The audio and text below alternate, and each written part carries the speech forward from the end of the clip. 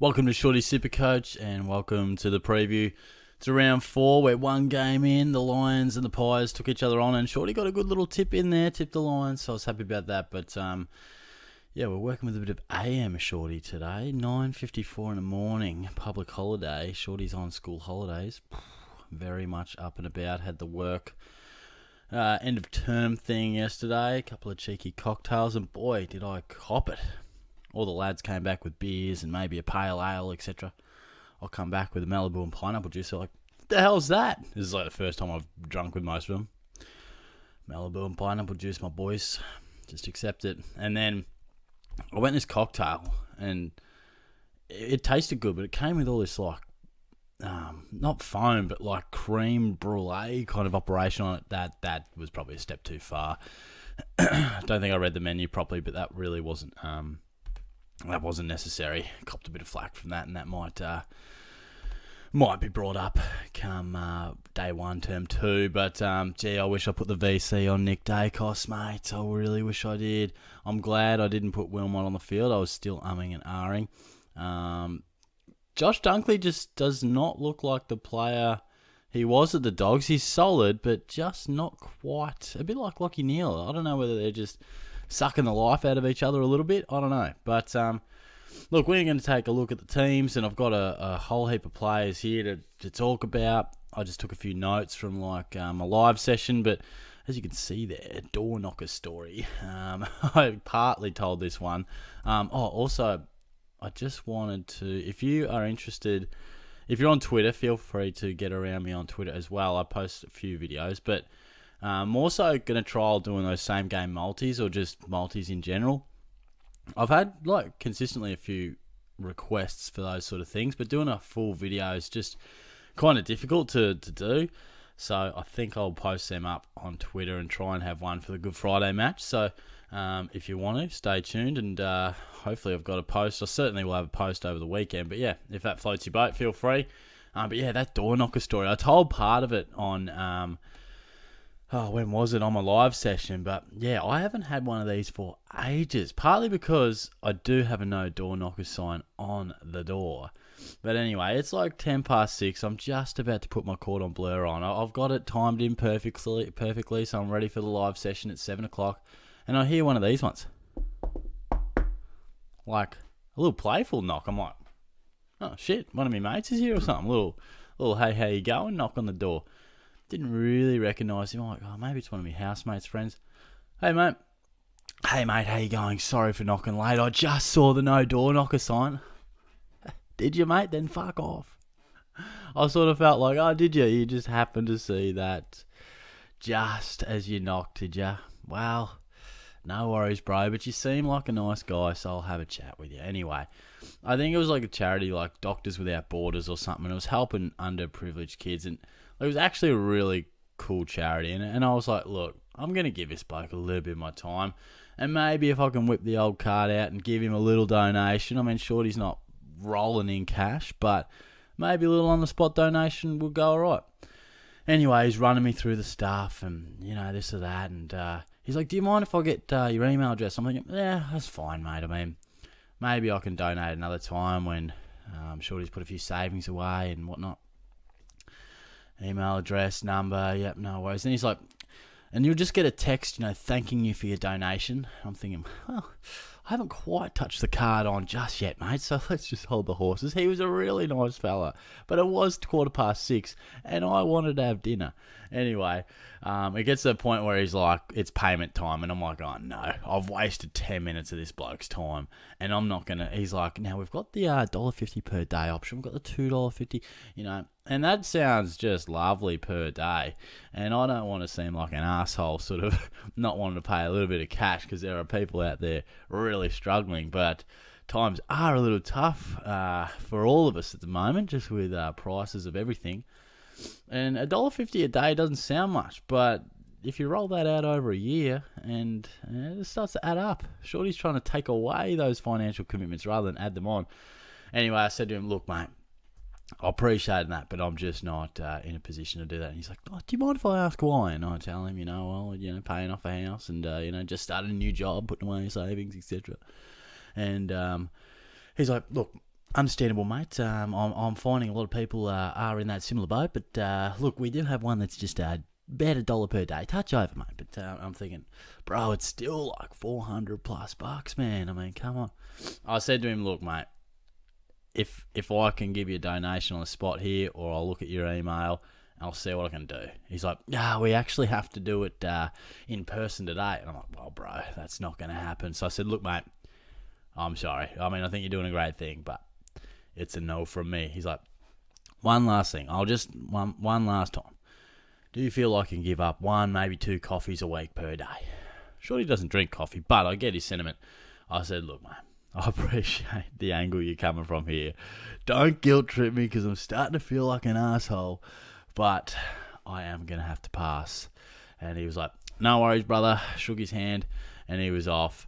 And then I had to scramble to put my Cordon Bleu on, and was about 5 minutes late to the live session. But anyways, just a strange experience. You don't cop that all too often. And I definitely would like to donate to some charities in the future. But, man, times are a little bit tough at the moment. I don't want to feel like a bit of an entitled prick, but Jesus, just got to do your best to make ends meet on your own end of things. But yeah, it really took me back to those days when you're walking through the supermarket and someone's like, excuse me, mate. And I'm like, shit, bro, I'm just here to get like a Milo, mate. Just leave me alone. I just want my barbecue shapes and I'm going back home. But yeah, when they catch you in the supermarket, it's like, oh no. I've taken different exits. It's like, I'm not walking past this bloke again. No way. Can I just have a moment of your time? No. Go away, please. And I'm often like, I hate being a prick, but yeah, sometimes you just can't get caught talking to him, or it's all over. But we'd love to hear if you have any similar experiences. But I just thought I'd bring it up because the old door knocker I haven't had for yonks. Crazy stuff. But let's take a look at the team, shall we? And I think most notably, Luke Davies-Uniacke is back. Gota dropped. That may hurt some. Will Phillips named on the interchange bench. It doesn't fill you with confidence, but I think I'm bringing him in. Sam Berry is rested. I don't know what's going on with him. It's not really relevant to SuperCoach Classic, but that is burning my draft outfit. Martin is back. Hopper back. Fantastic. Tyler Sonsi as well. I reckon one day he'll be a premium for us in SuperCoach. And then obviously Flanders has just been a bust of a selection. Oh, Cadman making the debut. Look out. I think Davies on an extended bench and having the Eagles just been absolutely roasted. I mean, Chesser has to go. I mean, he wasn't really scoring well anyway, so he was kind of on the chopping block, but definitely has to now. Elliot Yeo comes in, so that's a watch. That's one that we can just keep our eye on. Maybe in a couple of weeks' time, he could be a little mini downgrade sideways for Liam Jones, or whichever way you want to cut it. All depends on how he scores. Jacob Van Rooyen, I know my mate Langers was tossing and turning in bed thinking about this one, but he's been named at full forward, and I don't think the Tom McDonald inclusion is anything to be too worried about. I think it's more to help out in the ruck and pinch hit up forward as well, of course. And then the Monday game, which I can't wait to get along to. Massive game for the Cats. It's always big, but I didn't think it would be big in the context of our season. But at 0-3, holy shit, do we need a win. So I'll be getting along to that one. And surely the Cats fire up and get a W. But I'm going to get the old notepad out and talk about a few of these issues that you guys raised in the live session, and we'll do our best to work through those. So if we take a look now at this list, there's definitely a few names, and look, I think I'll just work my way down. I mean, it just might make it easier for you guys to follow along at home. Doherty, a bit of concern over Doherty, and I don't really get why. I mean, I know people are trying to open up some cash and that type of thing, but the thing with Doherty is I think he's an absolute keeper, not just a keeper, but top 4. I still see him in amongst Dawson, Stewart, and Sicily, and I know he started the year a little bit slower than those guys, but let's not forget, something crazy happened with his scoring last week. I don't know what happened, but, 40-odd touches and didn't even crack the ton, so it's not like he's playing bad footy. So unless the overall trade is so magical and it includes a downgrade of Doherty, which equals a fantastic trade overall, I don't really see the need to trade him, I'd really be holding on to him. Chandler, I know it's frustrating if we've missed that first price rise, and it was a solid one, but I still think it's okay to bring him in. He's still going to make plenty of coin. Obviously, we missed that first price rise, frustrating, but I still think if it works for you, he's still a good cash cow. I think he's better than Amadi. If I was choosing between the two, it would definitely be Chandler. I just don't think Amadi will turn up again. I know he scored well when he booted all those goals without Franklin, but I think when Buddy's in there, I honestly see him between that 50 and 60 mark, the occasional 70 like last week. I'm not as enthused about him. Callahan, well, he has been an absolute disaster, hasn't he? Almost as disastrous as my typing there. That was atrocious. Shorty doesn't operate quite as well in the mornings. It hurts.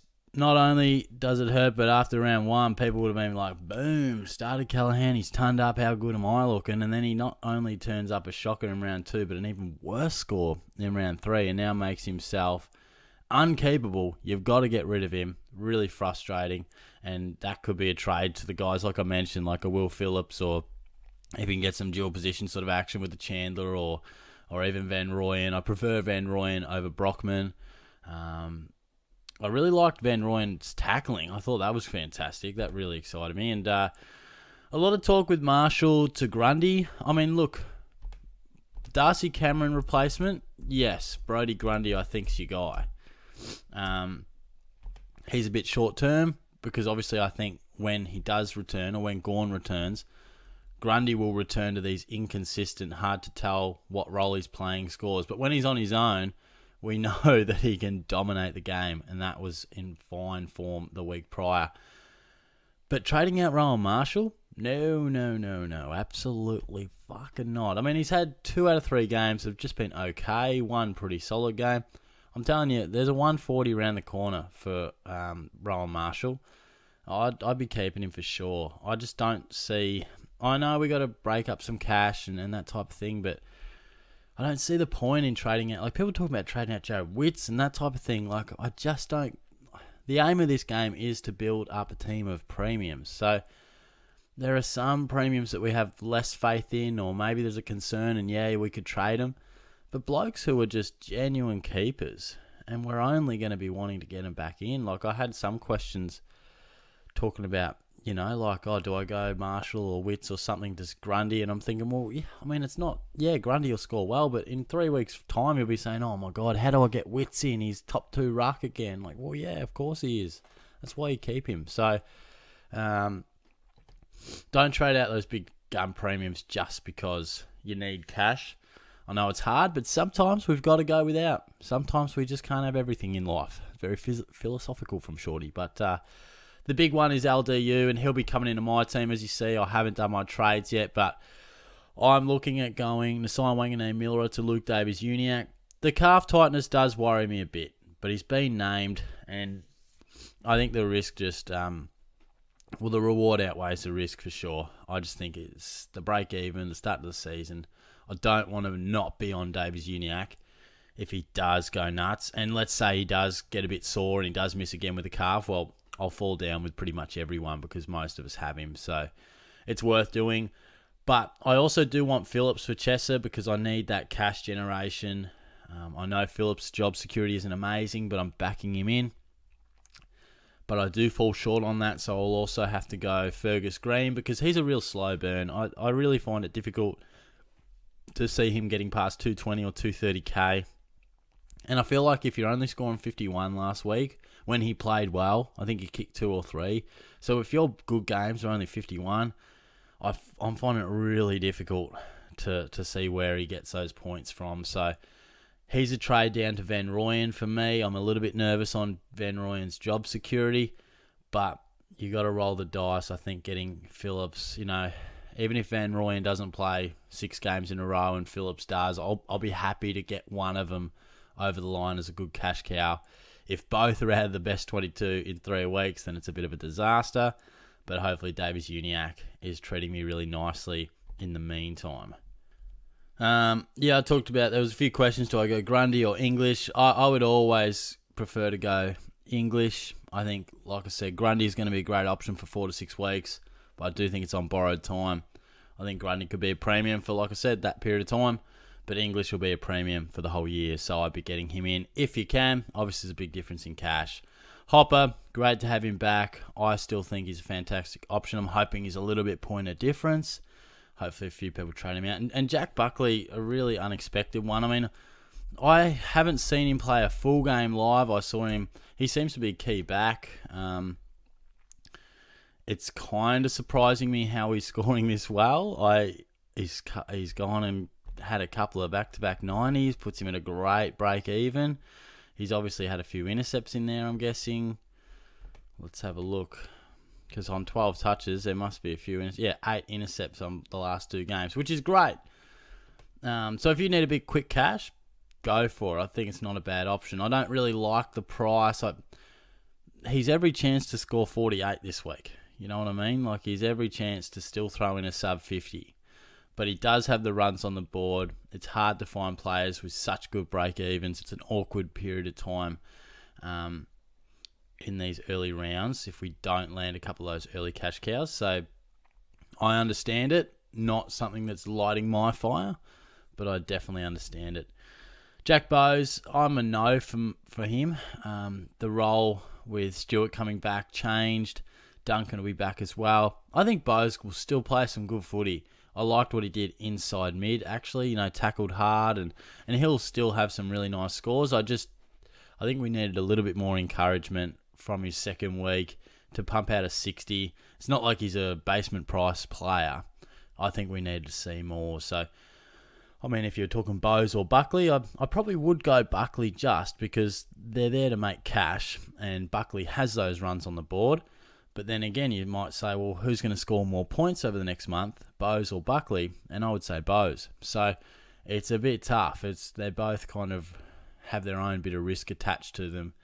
And I haven't seen Buckley play enough, so it's not really like I can talk with a great deal of certainty. But that's just me 2 cents worth on that. Will Day, he's a bloke that I definitely think you can bring into your side. And he'll score you great points. He'll make plenty of cash. He's at 400k. And what a fantastic week it was last week. I remember encouraging people to keep him after week 1 because while the score didn't reflect nicely, he did play pretty well with 22 touches and the role was good. So I hope people did hold on to him. And his last 2 weeks have been great. So I prefer someone like Will Day because I think that scoring ability is there. I wouldn't imagine he'd be a keeper or anything like that, even though his start to the year has been great. But, hey, you never know. This bloke's one of the more talented young guns in the comp, and Sammy Mitchell's really encouraging with the development and giving him opportunity. So you never know. He's looking great. If your team lines up and structurally you need a guy in this sort of range, then Will Day definitely would encourage. And just finally, Liam Baker. I haven't really looked at it closely. He's been a bit of a tease over the years. Like, he's had great patches of footy, but, I mean, 460, defender forward, I'm going to say no. And it's not based on much. I just get that gut feel that he's a utility player. He's thrown around all over the place. Yes, he's played some good roles, obviously, but if we look at him over the years, like he had a hot patch here in the middle part of the season, then in a month he's back to 50s and 60s. Cold start to the year, and I don't know, maybe he's in for a career best year, and I just get a bit concerned with Hopper coming back. Does that change it? Because, he's an inside mid. I mean, we've always seen him have the ability to go bang with big scores and consistent 80s and 90s, but then a 45, a 55, and 48, 57 to start the year. He's a roller coaster ride over the journey. That's not because he's a bad player, but just because he plays a whole range of different roles. Even if he's in the midfield, sometimes he's more defensively minded. So, yeah, I'm happy to play away from that one. But, yeah, I think a few people would certainly be getting around it. But, yeah, that's about a wrap for me. I will give the TikTok a bit of a plug as well because while I haven't done my trades right here, right now, I do know which trades I'm going to be doing. I put my trades up each week on TikTok in a more specific video if you are wondering what I'm doing. So, yeah, feel free.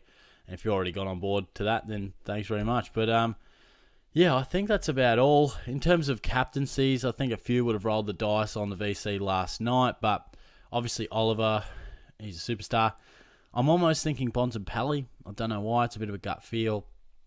But certainly Doherty is every chance to go big today. And then, I think there's just your usual suspects as well. But I'm feeling like Bontempelli might really step up against the Tigers and a really meaningful game. MCG, I think I might roll the dice with him. So, would love to hear your thoughts.